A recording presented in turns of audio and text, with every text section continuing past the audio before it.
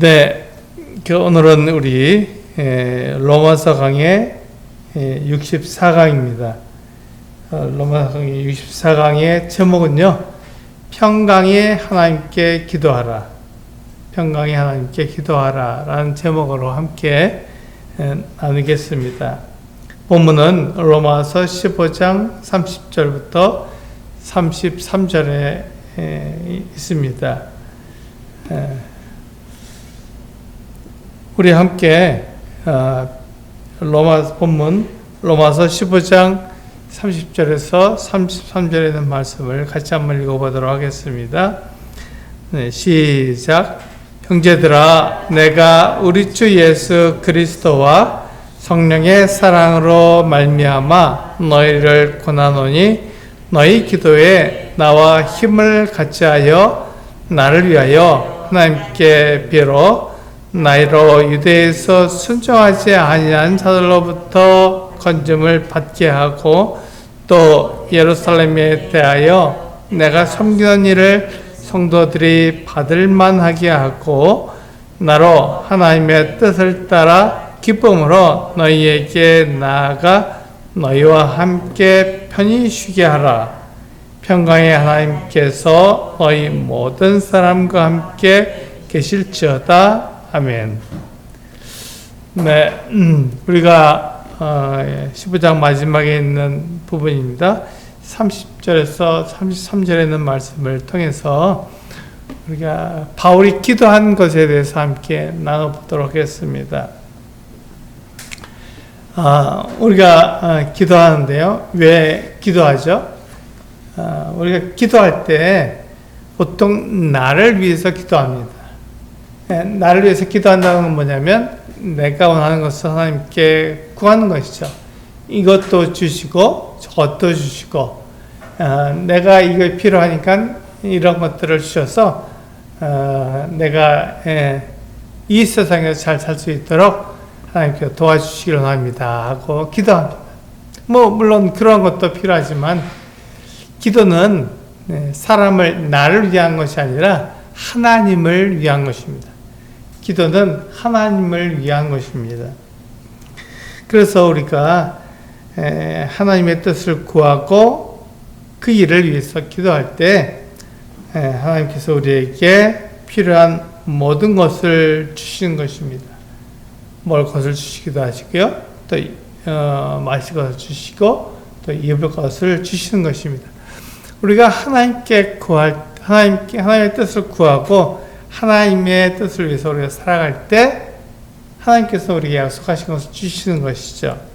그래서 우리는 기도할 때 하나님의 그 같은 뜻을 위해서 구하고 또 하나님께서 나에게 주시는 것을 통해서 하나님께서 계시는구나, 하나님께서 말씀하시는 분이시구나 하는 것을 알 수 있는 것입니다. 이것이 이제 믿음이죠. 하나님의 말씀을 가지고 하나님께서 말씀하신 약속을 내가 믿고 그대로 행할 때 그것이 우리에게 믿음이 되는 것입니다. 그래서 우리가 믿음으로 행할 때 하나님께서 우리에게 평강을 주시는 것이죠. 그래서 우리는 믿음은 어떤 사실에 동의하는 것이나 막연한 긍정의 힘을 말하는 게 아닙니다. 믿음은 히브리서 11장 1절에서 믿음은 바라는 것의 실상이요 보지 못하는 것의 실상이요 바라는 것이 이루어지는 것이라고 말씀하고 있습니다. 그래서 우리는 믿음이라는 것은 그렇게 막연한 것이 아니죠. 실제적인 것입니다. 하나님께서 우리에게 약속하신 것이 그대로 이루어질 것을 믿는 것입니다. 그것을 우리는 믿음이라고 하죠. 그래서 막연한 것이 아니라 실제적인 것이고 그러므로 하나님의 약속을 따라가는 것이다 이렇게 말씀드릴 수 있습니다. 사실 우리는 피조물이죠. 사람은 피조물입니다. 하나님은 창조주시고요. 하나님이 창조주라는 것은 하나님께서 모든 것을 다 아신다는 것입니다. 근데 사람은 피조물이기 때문에 모든 것을 다 알 수가 없습니다. 제한이 있죠. 아는 것에 제한이 있습니다. 그러니까 제한된 그 같은 알을 통해서 내가 보는 것, 또 내가 아는 것, 그 한계 내에서 우리가 살아가는 거죠. 그러다 보니까 모든 것을 아시고 모든 것을 할 수 있는 하나님을 의지할 수밖에 없는 것입니다. 그분을 의지할 수밖에 없죠. 그분은 모든 것을 아시고 나는 제한되어 있으니까 제한된 내가 모든 것을 아시는 하나님을 의지할 수밖에 없습니다. 그것이 기도죠. 하나님, 내가 이것을 잘 알지 못하고 무엇이 옳은지 무엇이 그른지 정확히 알지 못하는데 하나님께서 모든 것을 아시니까 하나님께서 그 길로, 모든 것을 아시는 그 하나님께서 나에게 가장 좋은 길로, 완전한 길로 나를 인도해 주십시오 하고 기도하는 것입니다. 그래서 하나님의 뜻이 이루어지도록 기도하는 것이지, 나는 이것이 필요하니까 이것을 주십시오 하는 것이 기도가 아니라는 것입니다. 네. 하나님은 모든 것을 아시기에 정확히 판단하는 것입니다. 그래서 우리는 정확히 판단할 수 없기 때문에 하나님의 정확한 판단에 나를 맡기는 것이죠. 그래서 하나님께서 행하시는 모든 것을 내가 따라가고 이해하는 것입니다. 때때로 우리가 이런 하나님의 뜻을 우리가 알게 돼서 그것을 행할 때 오해를 받기도 합니다. 옳은 게 아닌데 왜 그 길로 가느냐 하고 오해를 받기도 하고 부당한 고난을 받기도 하는 것이죠. 그런데 우리가 이런 것들을 바라볼 때 하나님께서 말씀하신 것이 옳아, 하나님께서 나에게 하신 말씀대로 이루어 줄 거야 라고 생각하고 그것을 내가 받아들이고 그것을 믿고 나아가는 것이 바로 소망입니다. 우리는 소망이라고 말하죠. 그래서 믿음, 소망, 사랑, 이것이 구분할 수 있지만 또 때로는 우리가 하나가 되어서 믿음이나 소망이나 사랑이 다 하나가 되어서 이렇게 우리를 인도하는 것을 볼 수 있습니다. 우리 베드로전서 4장 12절과 13절을 보시면 우리에게 그렇게 말씀하고 있습니다. 같이 한번 읽어보겠습니다. 베드로전서 4장 12절과 13절입니다. 시작. 사랑하는 자들아, 너희를 연단하려고 오는 불시험을 이상한 일 당하는 것 같이 이상히 여기지 말고 오히려 너희가 그리스도의 고난에 참여한 것으로 즐거워하라.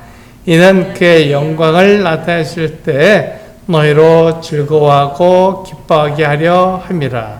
그렇습니다. 베드로는 우리가 어려움을 당하고 그리고 고난을 당하는 것을 우리를 연단하라고 오는 불시험이라고 말하고 있습니다.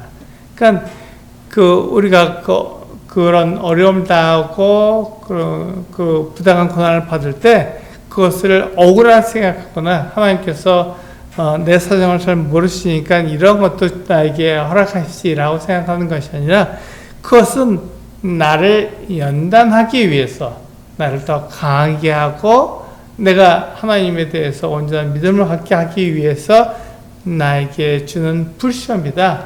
어려운 시험이다. 우리가 금을 재련할 때 불로 시험합니다. 아주 뜨거운 불로다가 금을 갖다 이렇게 재련하죠.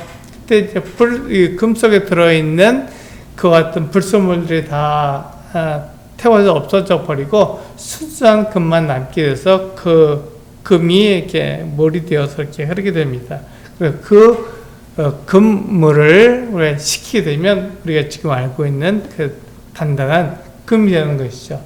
빛나고 화려하고 멋진 금이 되는 것입니다. 그게 금이 되기 위해서는 그 금을 아주 뜨거운 불로 재련해야 됩니다. 불시험을 금에게 하는 것이죠. 그랬을 때 거기에서 순전한 그 어떤 이 금이 나오게 되는 것입니다. 그것처럼 우리가 당하는 그 어떤 어려움, 그 어떤 그 고난을 우리를 연단하려고는 불시험이라고 말하고 있습니다. 우리가 이런 불시험을 견디지 못하고 포기하면 그것은 믿음이 없는 것이죠. 네, 그렇습니다. 우리에게 오는 이런 어떤 불시험을 피하거나 그것을 견디지 못하고 포기하게 되면 그것은 믿음이 없는 것입니다. 그래서 믿음은 하나님께서 우리를 부르셔서 그 일을 감당하게 하시는 것입니다. 그래서 우리가 하나님께서 나에게 맡기신 그 일에 대한 사명감이 있을 때 그 같은 불시험을 이길 수 있는 것입니다. 바울도 하나님께서 그에게 그 이방의 사도로 부르시고 그에게 그 사명을 감당하도록 맡기셨습니다. 그러니까 그가 여러 가지 어려운 일들을 당했지만 하나님께서 자기에게 그 같은 이방인들에게 복음을 전하도록 그를 부르셨기 때문에 그 일을 감당하는데 목숨도 아끼지 않고 그 일을 했다라고 말하고 있는 것입니다.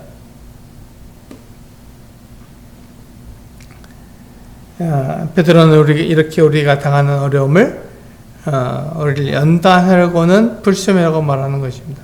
근데 이러한 시험이 나에게만 있는 것이 아니라 하나님을 믿는 모든 사람에게 있는 것입니다.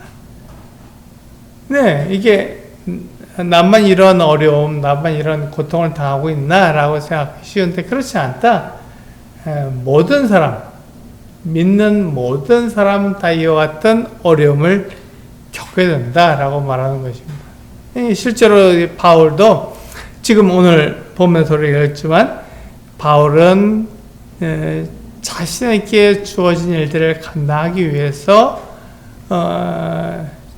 자신이 당해야 되는 것은 어려움, 고난을 생각할 때 이것을 기도로 이길 수밖에 없다. 왜냐하면 바울이 아무리 하나님과 가까워도 그는 하나님을 사랑하고 하나님과 가까워도 그는 하나님을 의지할 수밖에 없는 거예요. 하나님 모든 것을 아시니까 다 알지 못한 그 바울이 그 모든 것을 아시는 하나님을 의지할 수밖에 없는 것이죠. 하나님 나를 도우셔서 하나님께서 모든 것을 아시는데 그 아시는 길로 나를 인도해 주십시오라고 기도할 수밖에 없는 것이죠. 지금 우리가 본문에서 보면은 바울은 세 가지를 가지고 기도했습니다. 바울이 세 가지를 놓고 그것을 간절히 기도했던 거예요. 그에게 있어서 굉장히 어려움이었고 불안함이었습니다. 그래서 이 첫 번째는 뭐냐면 31절에 보면 나로 유대에서 순종하지 아니한 자들로부터 건짐을 받게 해달라 이렇게 말했습니다. 그러니까 유대인들이 바울을 죽이려고 했던 것입니다. 왜요? 그가 이방인에게 복음을 전하고 있으니까 바울을 죽여야 그와 같은 일을 하지 못하니까 유대인들은 바울을 죽이려고 했던 것이죠. 그래서 바울을 위협하고 바울을 죽이려는 그 유대인 속에서 나를 건져달라고 그렇게 기도하고 있었던 것입니다. 두 번째는 그 예루살렘에 대하여 내가 섬기는 일을 성도들이 받을만하게 하고 그렇습니다. 지금 바울은 그 그리스 반도에서 그에게 준 그 어떤 그 거액의 연보를 가지고 가고 있습니다. 예루살렘을 가고 있죠. 그래서 예루살렘의 성도들 중에서 가난한 사람들에게 그 연보를 나눠줌으로써 그들의 그 같은 경제적으로 어려운 것들을 좀 이겨낼 수 있도록 도와주는 것입니다. 그런데 유대인들은 그 이방인들과 사이가 좋지 않았기 때문에 이방인이 주는 이 어떤 연보를 과연 유대인 그리스도인들이 받겠는가 하는 것에 대한 두려움이 있었던 것입니다. 그가 그리스 반도에 있는 이방인 성도들이 주는 연보, 과외의 연보를 가지고 가지만 이 큰 돈이 물론 그 예루살렘에 있는 가난한 성도들의 그 어려운 것들을, 경제적으로 어려운 것들을 조금 도울 수 있지만, 근데 그것을 받을 수 있느냐, 받겠느냐 하는 것이 이 바울의 마음에 부담이 되었던 것입니다. 세 번째 어려움은 그가 안전하게 로마로 가는 것입니다. 그는 로마에 가고 싶었습니다. 근데 그가 정말로 그 로마에 가는 것이 안전하게 갈 수 있는, 평강을 가지고 갈 수 있느냐 하는 것이었습니다. 이때만 해도 바울은 그가 죄수의 신분으로 그 로마에 가는 것에 대해서는 전혀 생각하지 못했습니다. 그는 자유의 몸으로 이방인 사도로서 그 로마에 가서 거기서 복음도 전하고 거기서 그 성도들과 교제하고 편안한 마음으로 서바나로 갈 것을 생각했던 것입니다. 그래서 바울은 이 세 가지를 가지고 기도했던 것이죠. 자기만 기도한 게 아니라 로마에 있는 성도들도 자기가 동일한 마음으로 이것에 대해서 기도해달라고 기도 부탁을 했던 것입니다. 그만큼 바울은 이것이 그에게 어려움이었고 부담되었던 것입니다. 이것을 바울이 참아내고 견뎌내고 이런다고 해서 그것이 이루어지는 것이 아니지 않습니까? 그래서 하나님께서 이 일을 어떻게 인도하실 것인지 그가 하나님의 인도하심을 보고 싶고 하나님께 그를 보호하시는 것을 겸하고 싶었기 때문에 하나님께 그것에 대해서 기도했던 것입니다. 첫 번째 기도 제목처럼 사도행전 20장에는 바울이 에베소에서 떠나 마게도냐로 건너온 것을 말하고 있습니다. 우리 보시면요, 바울이요, 이 에베소에서 잘 가르쳤는데 에베소에 있는 그 귀신 들린 여종을 낡게 주었더니 그 은장색들이 그 바울에 대해서 소를 일으켰습니다. 그래서 큰 그 경기장으로 뛰어들어가서 거기서 2시간 동안이나 크다 아데미여 이렇게 크게 외쳤던 것입니다. 그래서 그 소리가 끝났을 때 바울은 거기서 나와서 그 에베소에서 나와서 그 옆에 있는 그리스 반도 마게도냐로 올라갔던 것이죠. 그가 소아시아 지역에서 그리스 반도로 넘어갔던 것입니다. 그런데 그 마게도냐에서 이제 복음을 전하고 헬라 지역, 지금 우리가 잘 알고 있는 아가야 지역입니다. 그 그리스 반도는 윗부분을 마게도냐 지역이라고 부르고 아랫부분을 아가야 지역이라고 부르는데 이 아가야 지역을 또한 헬라라고도 부릅니다. 헬라까지 내려갔는데 거기에 이제 수도가 고린도죠. 그래서 고린도에서 지금 이 바울이 로마에 보는 이 로마서를 기록하고 있어서 석 달 동안 이제 거기서 머물렀다가 거기서 배를 타고 그 수리아로 이 예루살렘으로 가려는 그 어떤 마음을 가졌던 것입니다. 그런데 그가 들어보니까 어때요? 유대인들이 바울을 죽이려고 공모하는 것을 그가 알게 되었습니다. 그래서 바울이 그 이야기를 듣고 그냥 거기로 갈 수가 없지 않습니까? 그래서 그 배를 타고 수리아로 가는 것이 아니라 걸어서 이렇게 다시 마게도냐 지역으로 다시 올라가서 거꾸로 내려오는, 그래서 소아시아 지역에서 배를 타고 이제 그 예루살렘으로 들어가는 것 같은 유대인들이 생각하시는 어떤 길을 바울이 가게 된 것이죠. 우리 그것을 사도행전 20장 1절에서 3절 말씀을 통해서 우리는 잠깐 볼 수 있습니다. 같이 한번 읽어보시겠습니다. 사도행전 20장 1절에서 3절입니다. 시작. 소요가 그쯤에 바울은 제자들을 불러 권한 후에 작별하고 떠나 마게도냐로 가니라. 그 지방으로 다녀가며 여러 말로 제자들에게 권하고 헬라에 이르러 거기 석 달 동안 있다가 배 타고 수리아로 가고자 할 때 유대인들이 자기를 해하려고 공모함으로 마게도냐를 거쳐 돌아가기로 작정하니. 예. 우리 여기서 분명하게 이 바울의 계획이 바뀐 것을 알 수 있습니다. 왜냐하면 유대인들이 그를 죽이려고 했기 때문에 그는 그 길을 갈 수가 없었어요.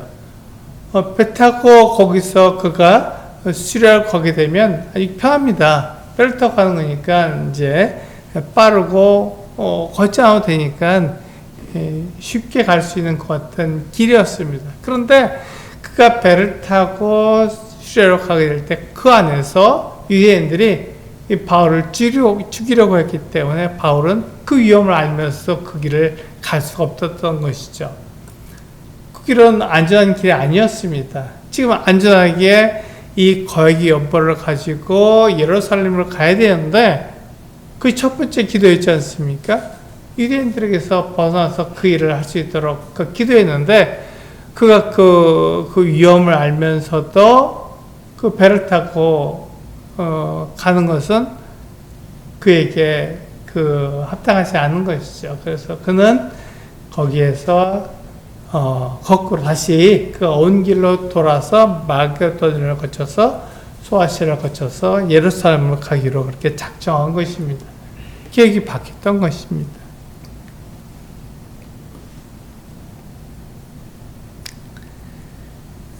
바울은 이러한 어려움을 겪으면서도 하나님께서 그를 부르신 대로 유대인과 이방인이 하나가 되게 최선을 다해서 해야 했습니다. 최선을 다해야 했던 것이죠. 근데 이것이 뭐냐면 지금 그리스 반도에 있는 이방인 그 성도들이 모금을 했지 않습니까? 연보를 했습니다. 그 1년 넘도록 그렇게 모아온 그 연보를 가지고 그 예루살렘에 있는 성도들에게 그걸 주었을 때 그들이 어떻게 되죠? 그걸 받아서 이방인과 유대인이 같은 믿음을 갖고 있고 한 몸을 이루고 있거나 하나다라는 것을 나타내야 되는데 그 일을 이루게 하기 위해서 그는 최선을 다했던 것입니다. 그가 그 그리스 반도에서 받았던 것 같은 사랑, 예루살렘 성도들을 향한 이방인 성도들의 사랑과 헌신, 희생, 이와 같은 것들을 그는 알았기 때문에 그것을 모아서 어떻게 했죠? 예루살렘으로 가져간 것입니다. 그렇게 할 때 그는 예루살렘에서 누구를 만났냐면 야고보를 만나서 야고보에게로 들어갔던 것입니다. 우리 야고보는요 사도행전 15장에서 이방인 그리스도인들을 인정했던 사람입니다. 우리 사도행전 15장에 보면 그게 나오잖아요. 그 바울과 바나바가 예루살렘에 올라가서 그들이 전한 복음을 말했을 때 그것이 틀림없는 복음이며, 그래서 그 이방인들은 유대인의 율법을 가지고 있지 않기 때문에 그들에게는 율법을 적용하는 것이잖아. 그들이 목매어 죽인 것과 간음과 음행 이런 같은 것들을 피하도록 얘기해 주었습니다. 왜냐하면 그렇게 그것을 행하는 가운데서 유대인과 하나가 될 수는 없었던 것이죠. 유대인과 하나가 될 수 없었습니다. 그래서 그런 것들을 피해서 피하라고 편취할 수 있었던 사람입니다. 그러니까 이 야고보는 굉장히 열린 사람이었습니다. 근데 야고보는 그때 예루살렘에 있는 유대인 그리스도인들로부터 기둥같이 여기는 사람이었습니다. 이 사람은 사도가 아니에요. 이 사람은 주의 형제 야고보입니다.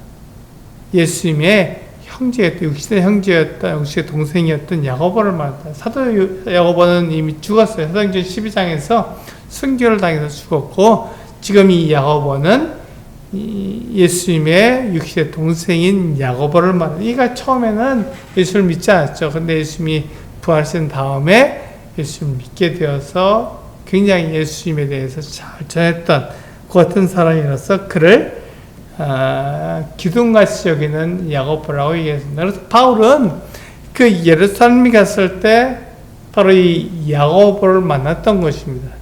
그의 마음이 열려져 있었고 이방인에 대해서 좋은 마음을 갖고 있었기 때문에 그 야고보를 만나서 그 유대인들이 그 이방인을 받아들일 수 있도록, 그 이방인들이 되는 연보를 받을 수 있도록 그렇게 했던 것이죠. 최선을 다했던 것이죠. 우리 사도행전 21장 15절에서 18절 말씀을 보면 그것이 잘 나와 있습니다. 같이 한번 읽어보시겠습니다. 사도행전 21장 15절에서 18절입니다. 시작. 이 여러 날 후에 여장을 꾸려 예루살렘으로 올라갈새 가이사랴에 몇 제자가 함께 가며 한 오랜 제자 구브로 사람 나손을 데리고 가니 이는 우리가 그의 집에 머물려 함이라. 예루살렘에 이르니 형제들이 우리를 가까이 영접하거늘 그 이튿날 바울이 우리와 함께 야고보에게로 들어가니 장로들도 다 있더라. 여기서 보시면 이제 그가 예루살렘으로 올라가기를 작정했습니다. 그리고 거기에 대해서 계획을 세웠던 것이죠. 그가 어디에서 머물 것이며 어떻게 생활할 것인지를 다 계획하고, 그리고 그가 예루살렘 교회에 갔을 때 누구를 만나야 하는지도 계획했던 것입니다. 그때 그는 누구를 만났다고요? 야고보를 만났습니다. 야고보는 어떤 사람이었다고요? 네, 그 이방인 성도들에서, 이방인 그리스도인들에 대해서 굉장히 이게 열려있는 그 같은 사람이었습니다. 물론 그가 유대인 그리스도인들에게 기둥같이 여겨지고 그는 율법을 굉장히 잘 지키는 사람이었습니다. 그럼에도 불구하고 하나님께서 교회를 세우실 때 유대인들과 이방인들이 하나가 되게 하신 것을 그는 알고 있었던 사람입니다. 그래서 교회 안에 유대인 그리스도인들과 이방인 그리스도인들이 하나가 되는 것에 대해서 두려워하지 않았죠. 그것을 오히려 이렇게 이야기했던 사람입니다. 그래서 지금 이 바울은 예루살렘에 갔을 때 그 야고보에게로 들어갔던 거죠. 그렇게 해서 그는 예루살렘 교회에 이방인 교회 성도들이 모은 연보를 어떻게 했다고요? 전달해 줄 수 있었습니다. 그걸 전달해 줄 수 있었던 것이죠. 그것이 이 바울이 그 기도했던 두 번째 내용이었지 않습니까? 그가 이방인 그 그리스도인들이 드려지는 것 같은 연보가 예루살렘 교회 성도들에게서 받아들여져야 한다는 것을 기도했던 것이죠. 그 기도가 이루어졌던 것입니다.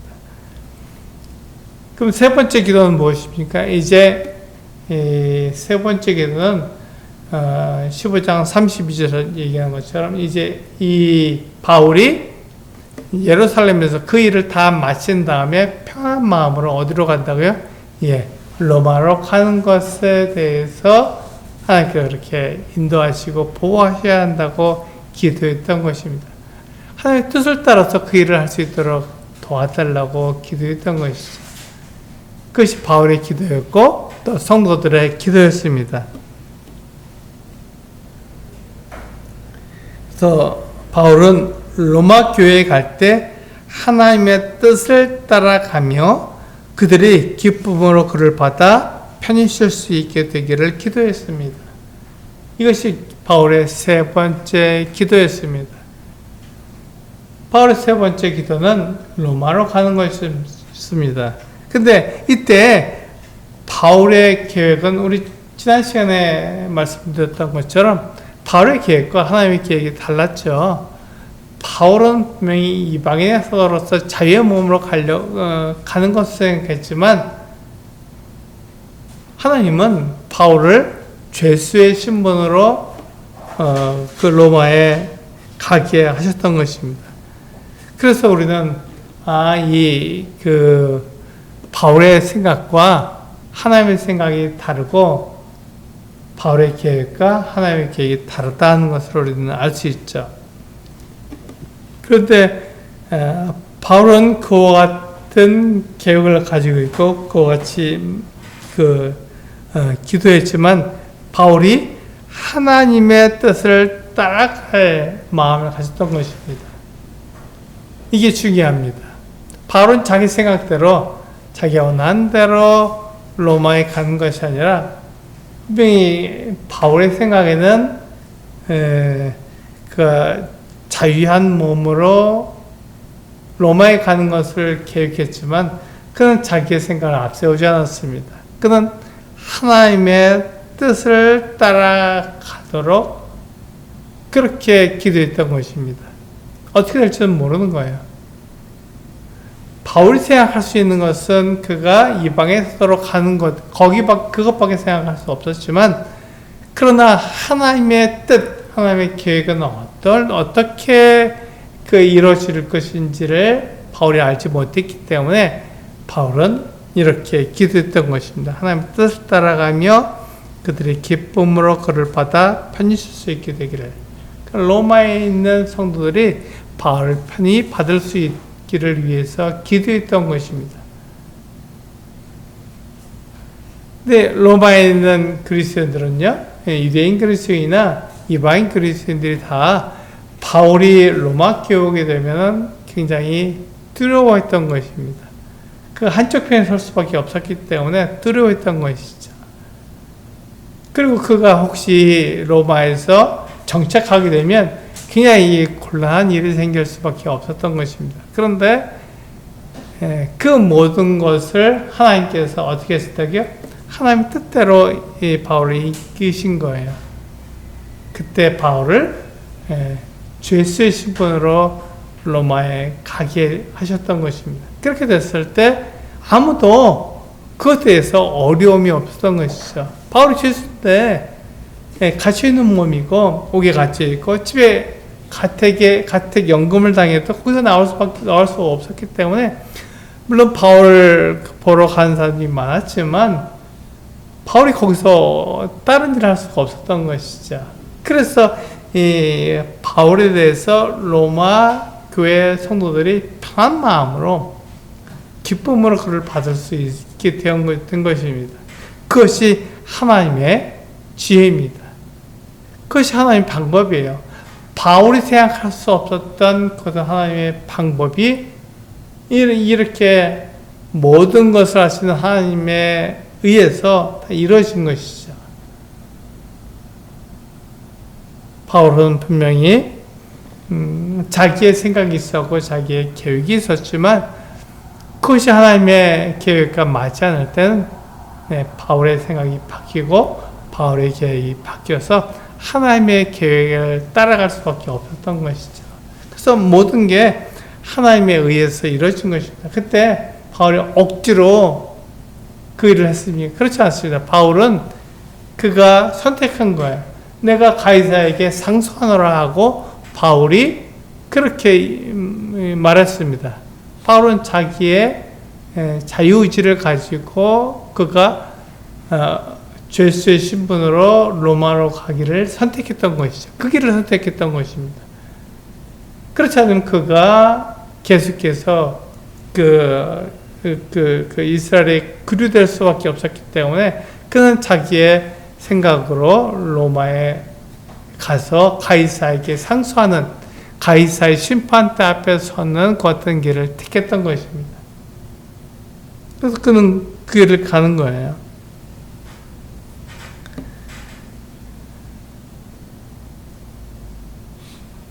바울은 뿐만 아니라 바울은 로마 시민이었습니다. 그래서 그가 가이사에게 상소할 수 있는 그 어떤 자격이 있었던 거예요. 만약에 그 바울이 로마 시민이 아니었다면, 로마 시민권이 그에게 없었다면 가이사에게 상소할 수가 없었습니다. 그가 로마에 갈 수가 없었던 것이죠. 그러나 그는 로마 시민권이 있었고 또 유대인이었기 때문에 그는 로마 시민으로서 가이사에게 상소하고 가이사의 심판대 앞에 설 수 있게 된 것입니다. 그래서 그가 로마로 가게 될 때 그냥 한 것이 아니라 그 백부장이 그를 여러 군사들과 함께 그를 호위했던 것이죠. 안전하게 지켜야 했던 것이죠. 그가 죄수였지만 그 가이사의 심판대 앞에 서서 가이사가 무죄야 그럼 그건 자유민이 됩니다. 로마 시민으로서 자유민이 되는 거예요. 그걸 건드릴 수가 없었습니다. 가이사가 너는 죄인이야라고 말하면 그가 그 같은 처형을 당했겠지만 그건 모르는 거잖아요. 그래서 그 가이사의 그 심판대 앞에 서서 심판을 받기 전까지는 그 군인들이 그를 안전하게 보호해야만 했던 것이죠. 하나님의 보호하심과 군인들의 보호함이 함께 그 바울을 돌봐주었던 것입니다. 그래서 바울은 그 로마에 죄수의 신분으로 가게 됐을 때 그가 기도한 대로 로마에 있는 성도들도 그를 기쁨을 받을 수 있게 된 것입니다. 이것이 바울의 기도였습니다. 우리는 보통 기도할 때 자신을 위해서 기도합니다. 나에게 필요한 것들을 하나님께 구하는 것이죠. 그래서 나에게 이러한 것들이 필요하고 내가 부자가 되고 건강하고 높은 지위에 올라가고 사람들의 인정받기 원하는 그 어떤 마음으로 기도하게 됩니다. 근데 바울은요, 그것보다는 하나님께 영광이 되며 사람들이 하나님께 나오게 되기를 위해서 기도했던 거예요. 지금 바울이 어떻게 기도한 세 가지 내용이 무엇입니까? 자기를 위한 게 아니잖아요. 하나님의 뜻이 그를 통해서 이루어지게 되기를 원했던 것이죠. 하나님께 그에게 맡기신 사명이 그대로 이루어지기를 원했던 거예요. 그래서 그는 그 유대인의 손에서 그가 벗어나서 그에게 맡겨진 거액의 연보를 예루살렘으로 가져가야 했습니다. 그리고 그 예루살렘에 갔을 때 그 이방인 성도들이 주는 그 연보가 예루살렘 성도들에서 받아들여져야 됐던 것이죠. 그래서 하나가 되게 만들어야 됐던 것입니다. 이방인 그리스도인들이나 유대인 그리스도인들이 하나다, 한 몸이다. 이것을 이루어야 됐던 것입니다. 그러기 위해서 바울은 기도했던 것이죠. 그리고 이제 바울이 로마로 가서 로마에 있는 성도들과 교제하게 될 때 어려움이 없어야 됐습니다. 기쁨으로 그를 받을 수 있어야 됐던 것이죠. 근데 그 일을 이룰 때, 그 일이 이루어질 때 그것은 바울이 생각한 대로 그 자유의 몸으로 가는 것이 아니라 죄수의 신분으로 가서 그 기도대로 기쁨으로 모두가 다 영접하고 부담 없이 그와 교제할 수 있는 그 같은 상황이 만들어지는 것입니다. 그런데 우리는 기도할 때 그렇게 기도하지 않고 나를 위해서 기도하는 것이죠. 내가 부자가 되고 내가 높은 지위에 올라가고 내가 건강하고 이 같은 것들을 위해서 기도하는 거예요. 그것이 필요하지 않은 것이 아니지만 그것을 하는 그 이유가 하나님의 영광을 위해서 하는 거예요. 내가 하나님의 영광을 위해서 내가 부자가 되고 하나님의 영광을 위해서 내가 건강하고 하나님의 영광을 위해서 내가 높은 지위에 올라가기도 해야 한다는 것입니다. 하나님의 영광을 위해서 내가 가난하게 된다면 그것에 대해서 억울하겠습니까? 네, 그렇지 않습니다. 하나님의 영광을 위해서 내가 건강이 좋지 않은 것에 대해서 내가 불평하겠습니까? 그렇지 않아요. 하나님의 영광이 나타날 수 있다면 내가 높은 지위에 있든 낮은 지위에 있든 그것이 중요하지 않습니다. 하나님께서 영광을 받으시는 게 중요하지 내가 어떤 위치에 있냐 어떤 상황에 놓이냐 그것이 중요하지 않죠. 그것이 바로 바울이 한 기도였습니다. 그래서 우리가 기도할 때 보통 자신을 위해서 기도하지만 우리는 자신을 위해서 기도하는 것이 아니라 하나님의 뜻, 하나님의 영광을 위해서 기도해야 한다 이렇게 말하는 것입니다. 비록 바울의 뜻과는 달랐지만 하나님의 뜻대로 바울이 죄수가 되어 로마를 가게 되었습니다.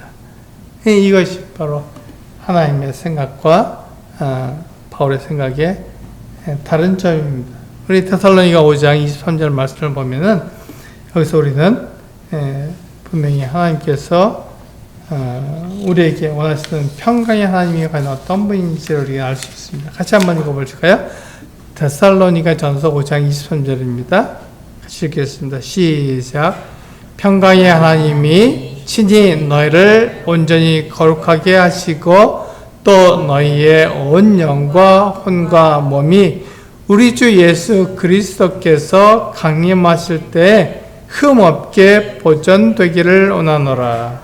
그렇습니다. 여기 보시면 평강의 하나님이 우리를 그렇게 해주시다는 겁니다.